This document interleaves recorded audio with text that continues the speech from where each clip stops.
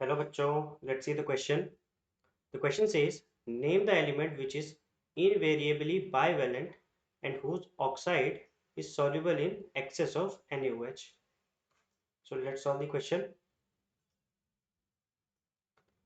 तो इस क्वेश्चन को सॉल्व करने के लिए जो की कॉन्सेप्ट हमें रिक्वायर्ड है, की concept that is amphoteric nature of oxides. Amphoteric nature of oxides.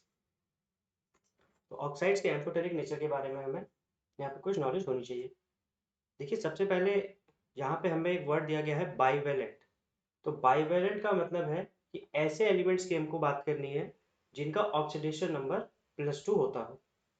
उससे पहले हमारे पास एक शब्द लगाया गया है इनवेरिएबल. इनवेरिएबल का मतलब है कि उसका जो ऑक्सीडेशन स्टेट हो वो सिर्फ +2 होता हो. +2 के अलावा वो कोई भी ऑक्सीडेशन स्टेट न दिखाता हो एक्सेप्ट जीरो. जीरो तो एलिमेंटल फॉर्म में होती है, लेकिन अगर वो किसी के साथ कंपाउंड बनाए तो वो जो सिर्फ ऑक्सीडेशन स्टेट दिखाए वो दिखाए +2. तो यहाँ पे जो हमें क्वेश्चन में कॉन्सेप्ट एक और यूज करना है कि the only oxidation state, only oxidation state shown by the element is +2.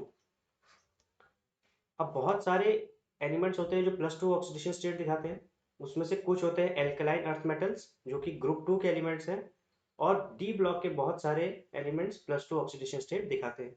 लेकिन डी ब्लॉक के बहुत सारे एलिमेंट्स +2 के अलावा भी बहुत सारी ऑक्सीडेशन स्टेट दिखाते हैं, इसलिए हम उनको यहाँ पे काउंट नहीं करेंगे.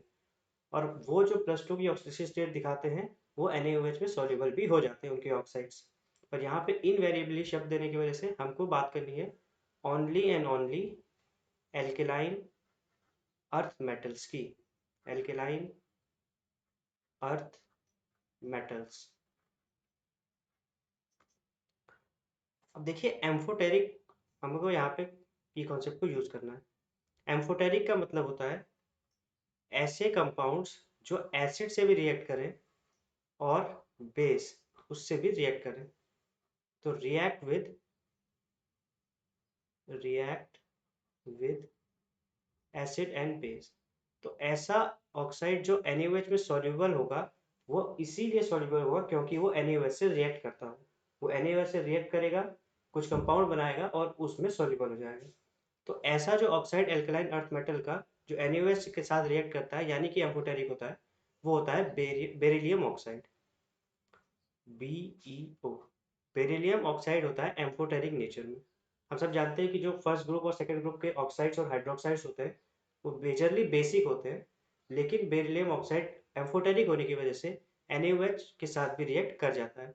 और NaOH से ये रिएक्ट करके बनाता है Na2BeO2, sodium beryllate. Sodium BeR, sodium beryllate बनाता है. साथ में हमारे पास वाटर भी बन जाता है. और अगर हम इसको बैलेंस करें तो हमें 2 मोल NaOH की जरूरत यहाँ पे पड़ जाएगी. अगर हम इसकी रिएक्शन HCl के साथ देखें तो बेरियम ऑक्साइड HCl के साथ भी रिएक्ट करता है, और HCl के साथ रिएक्ट करके ये BeCl2 प्लस H2O बना देता है. बेरियम क्लोराइड और वाटर. यहाँ पे आपको 2 मोल HCl की रिक्वायरमेंट होगी. तो यहाँ पे हम देख पा रहे हैं कि जो बेरियम ऑक्साइड है ये बेस से भी रिएक्ट करता है और ये एसिड से भी रिएक्ट करता है, इसीलिए एम्फोटेरिक है. और क्योंकि ये बेस से रिएक्ट करता है और इसीलिए उसमें सॉल्युबल हो जाता है, हमारे पास बनता है sodium beryllate Na2BeO2.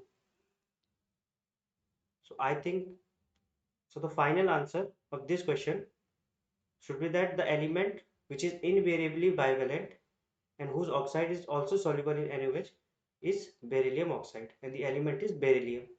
Hope you have understood it well. Best of luck.